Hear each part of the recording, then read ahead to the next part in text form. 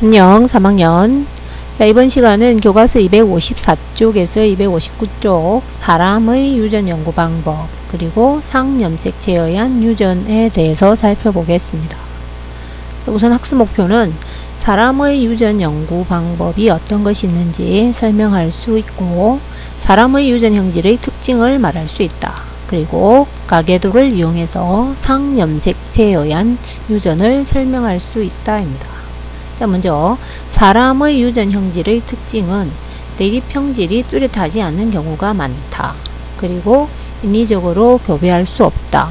완두의 경우에 내가 원하는 완두를 얻기 위해서 인위적으로 교배를 할 수 있는데 사람은 그것이 불가능합니다.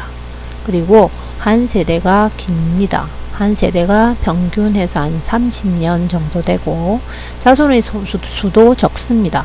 요새는 2명, 적으면 1명 이런 경우가 많아서 부모의 형질을 자손이 어떻게 물려받았는지를 판단하기가 쉽지 않습니다.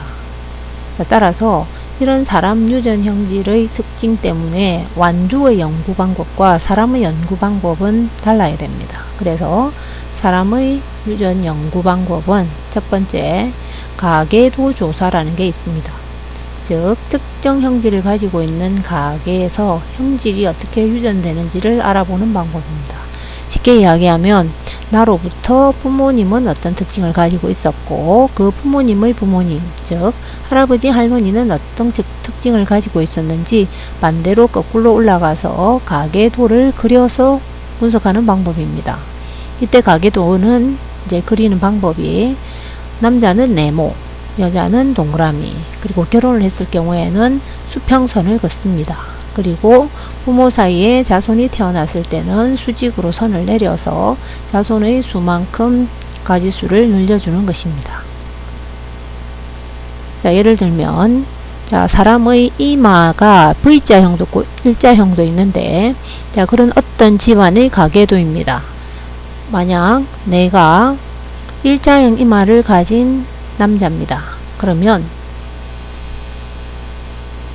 나의 아버지는 어떤 특징이었고 어머니는 어떤 특징이었는지 할아버지는 그리고 할머니는 어떤 특징이었는지를 거꾸로 조사해서 가계도를 그려서 알아보는 방법입니다.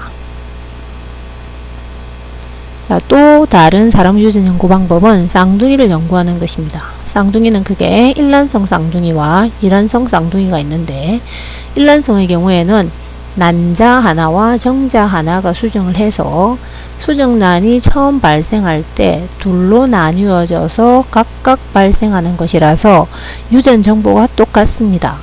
이런 일란성 쌍둥이의 형질을 비교해서 이 형질이 유전에 의한 것인지 환경에 의한 것인지를 알아내는 것입니다. 즉 일란성 쌍둥이의 차이를 보였다면 그것은 환경에 의한 차이다. 그리고 공통점은 유전 때문일 것이다 라고 판단해서 연구하는 방법입니다. 참고로 일란성 쌍둥이는 두 개의 난자가 배란이 돼서 각각 정자 하나씩 수정이 이루어집니다. 각각의 수정란이 태아로 발생하기 때문에 수정에 관여하는 정자도 2개, 난자도 2개라서 유전 정보가 다릅니다. 자, 그리고 요즘은 염색체 조사와 유전자를 분석해서 알아보는 방법도 있습니다. 자, 그러면 사람의 유전 형질의 특징이 어떤 게 있는지 살펴보겠습니다. 자, 사람의 유전 형질은 여러 가지가 있는데 그 중에서 예를 들면 이마선이 가운데가 약간 앞으로 튀어나온 V자형 이마가 있고 일자형 이마가 있습니다. V자형은 일자형에 대해서 우선입니다. 그리고 보조개가 있는 사람이 있고 없는 사람이 있습니다. 귓불도 이렇게 쳐져서 분리형이 있고 그대로 붙어서 부착형이 있습니다. 오른손 엄지손가락을 제쳐보면 각도가 심하게 젖혀지는 사람이 있고 잘 젖혀지지 않는 사람이 있습니다. 이것도 역시 유전입니다. 그 다음에 쌍꺼풀이 있는 사람이 있고 외꺼풀인 사람이 있습니다. 또 혀를 말 수 있는 사람이 있는 반면에 혀를 말 수 없는 사람이 있습니다. 이것도 모두 유전입니다. 자, 그러면 한 쌍의 대립 유전자에 의한 사람의 유전에 대해서 살펴보겠습니다. 자, 이런 경우는 남녀에 따라 빈도의 차이가 없습니다. 그리고 뚜렷하게 우성과 열성이 나타나고 멘델의 법칙을 따릅니다. 예를 들면 이마선의 경우 일자형이 열성으로 작용합니다. 자, 다음과 같은 것이 이마선의 유전가계도인데 교과서 257쪽에 나와 있습니다. 자, 그러면 이런 이마선 유전의 경우 만약 어느 게 우선인지 잘 모르는데 일자형이 우선이라면 우리가 일자형을 라지 V 그리고 V자형을 스몰 v라고 쓸 수 있을 겁니다. 그러면 이제 할아버지와 할머니가 모두 일자형 V자형이었기 때문에 열성입니다. 그래서 스몰 v, 스몰 v, 스몰 v, 스몰 v라 쓰고 거기서 태어난 어머니도 스몰 v, 스몰 v 그리고 아버지 결혼한 아버지도 스몰 v, 스몰 v입니다. 만약 그렇다면 자 이렇게 V자형의 열성 이마를 가진 자손이 태어나는 건 이해가 되는데 이렇게 일자형을 가진 자손이 태어나는 것을 설명할 수가 없습니다. 즉 이런 자손이 태어나는 것은 불가능합니다. 그렇다면 우리가 어떤 판단을 내려야 되겠습니까? 네, 이런 생각으로 바꿀 수 있습니다. 만약 V자형이 열성이 아니고 우성이라면 어떠할까?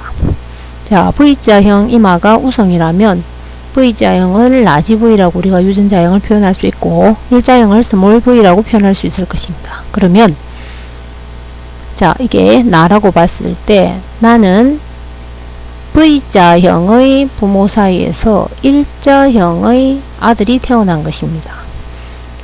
우성의 부모 사이에 열성의 자손이 태어날 수 있는 것은 V자형이 일자형에 대해서 우성이기 때문에 가능할 것입니다. 열성의 부모 사이에서는 열성의 자손밖에는 태어날 수 없습니다. 자, 이를 통해서 자, 이 경우에 이게 갑니다. 가의 부모는 모두 V자형 이마인데 내가 일자형 이마가 나타났다는 것은 V자 형질이 일자형 이마에 대해서 우성이라는 걸 판단할 수 있습니다. 자, 또 다른 유전 중에서 미맹이라는 게 있습니다. 미맹이라는 것은 PTC라고 불리는 물질에 대해서 쓴맛을 느끼지 못하는 경우입니다. 다른 쓴맛을 느끼는데 PTC 용액에 대해서 쓴맛을 느끼지 못하는 사람을 미맹이라고 부릅니다. 자, 그렇다면 이 가계도를 통해서 미맹이 우성인지 열성인지 판단을 해봅시다. 자, 일단 우리가 판단할 것은 부모로부터 부모와 다른 형질을 가진 자손이 태어났다면 이 자손이 유전자형을 봐서 어느 게 우성인지 열성인지 판단할 수 있어야 됩니다. 예를 들면 자, 이 자손의 경우에는 정상인 아버지와 어머니 사이에서 미맹인 자녀가 딸이 태어난 경우입니다. 이 딸이 태어날 수 있으려면 부모는 미맹에 대해서 우성이어야 합니다. 그래서 우성인 자녀도 태어날 수 있고 열성인 자녀도 태어날 수 있습니다. 즉 우리가 미맹의 형질은 정상에 대해서 열성이라고 표현할 수 있겠습니다. 자, 그렇다면 우리가 이 미맹의 유전자형을 표시해 보면 자, 아까 이 사람이 이제 미맹이 태어난 것을 보면 부모가 라지 T, 스몰 t 이것은 정상 그리고 라지 T, 스몰 t 유전자형을 가져서 PTC의 정상.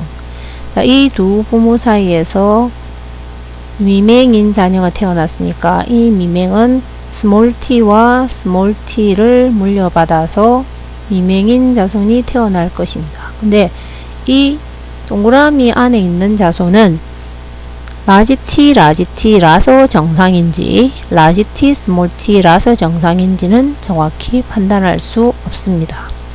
이처럼 우리가 가계도를 이용해서 자녀나 부모나 조부모의 유전자형을 판단할 수 있습니다.